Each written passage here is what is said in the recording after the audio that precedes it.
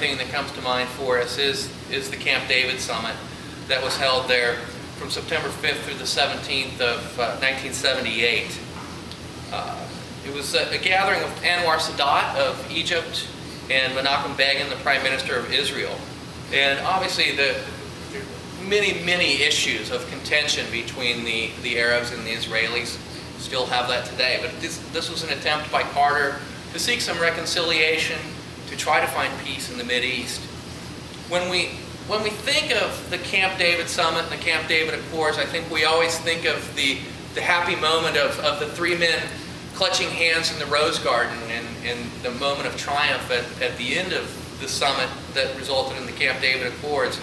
But it's interesting to really look at what actually happened, and I want to give just a little bit of a summary. They were there for 13 days. On the first day, they all were just arriving by helicopter, and everybody's getting unpacked. You know, it's just like arriving at a beach house or something with other family. On the second day, Sadat presented Egypt's position paper to Begin and Carter. It was really like dropping a bomb in the middle of the table. There was a pretty angry reaction by Begin in response to Sadat's position paper. And at that point, we're now in the third day, and Begin is making his response. And Carter decides at that point that we've got to separate these two. So he began dealing with them individually, and it wasn't until sometime later that they would assemble in this kind of triune like this. By the fourth day, the U.S. decided, well, we're going to have to start working on a compromise to present to them ourselves. So they did that on the fourth day, on the fourth and fifth days. On the sixth day, they toured Gettysburg Battlefield, and later in the day, Carter presents the U.S. proposal to the two leaders. And the key issues that they were dealing with were the Sinai and the West Bank. Does this sound familiar? And the other thing was reference to a UN resolution, number 242, that said that Israel's acquisition of territory through war was inadmissible. Seventh day, just a general impasse. On the eighth day, Sadat disengages from the talks, and he just said he's fed up with this. But on the other side, the Israelis began working toward compromise, and Moshe Dayan, who was the Israeli foreign minister, begins encouraging Begin to be more conciliatory, and but at the same time also encourages Carter or convinces Carter that he should drop the language about the inadmissible acquisition of land through war. So getting to move back again toward perhaps some compromise. On the ninth day, Egypt is adamant that clause be restored, and Israel refuses. So the compromise was reached. The document acknowledges the UN resolution in all of its parts, but it does not make specific reference to that specific clause. And that was apparently a compromise that was agreeable to everyone. One of the U.S. diplomats who was there said, "It sounds like a stupid point, but that's how a lot of it went. Just hang-ups on interpretation." So it was, sometimes they were dealing at that kind of level. But on day 10, Sadat declares to Carter, "I'm leaving, I've had it." He packs his bags. Carter informed his staff, "Do not let him get on one of the helicopters without my approval." And Sadat then claims, "Well, I'm being held as a prisoner in your country," and things got a little hairy there. But Carter on the 11th day convinces Sadat to stay, but imposes a Sunday deadline. So we've just got a few more days that we've got to get this stuff worked out. And he decides the best way to do it is for each of the leaders to exchange letters. So Sadat writes a letter to Begin, Begin writes a letter to Sadat.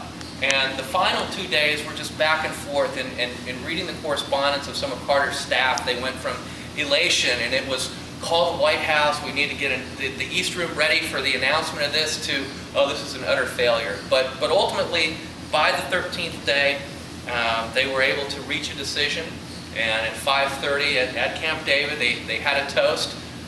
One of the interesting things about the toast is they got wine out and everyone was toasting, but of course, Sadat, being Muslim, doesn't drink alcohol, so they found him a glass of orange juice, so he toasted with orange juice.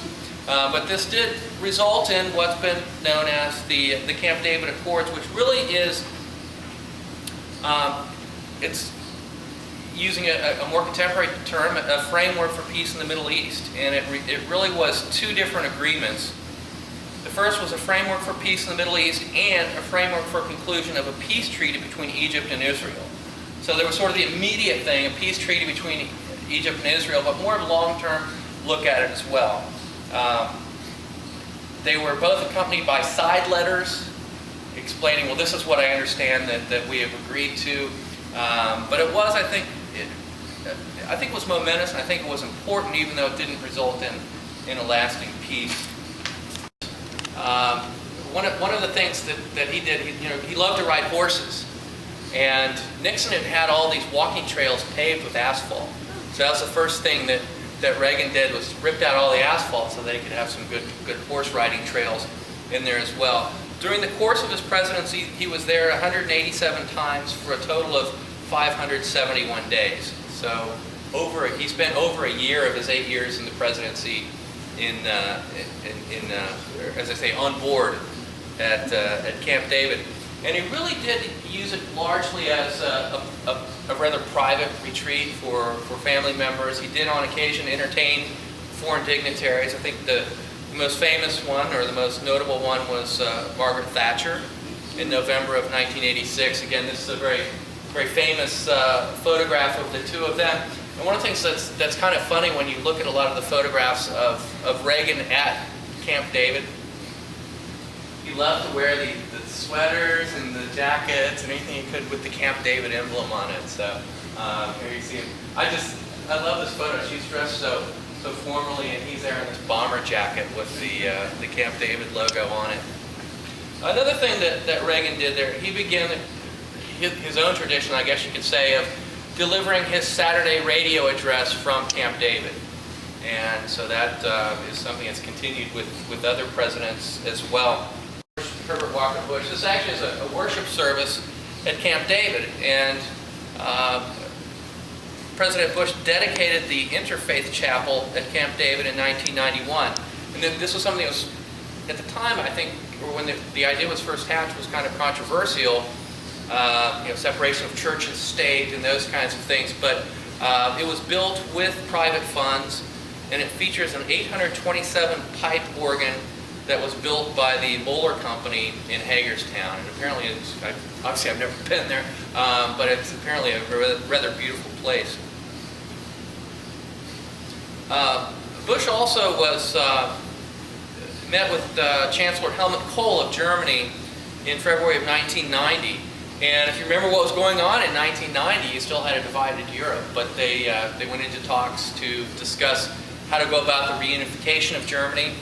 And on February 25th, what you're seeing here is actually a news conference they held at Camp Greentop, and they were announcing the things that they had discussed in their meeting.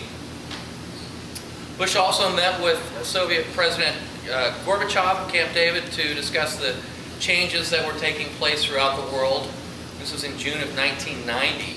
So this was while the Soviet Union was in dissolution, and a little over a year before the coup and the ultimate collapse of the Soviet Union.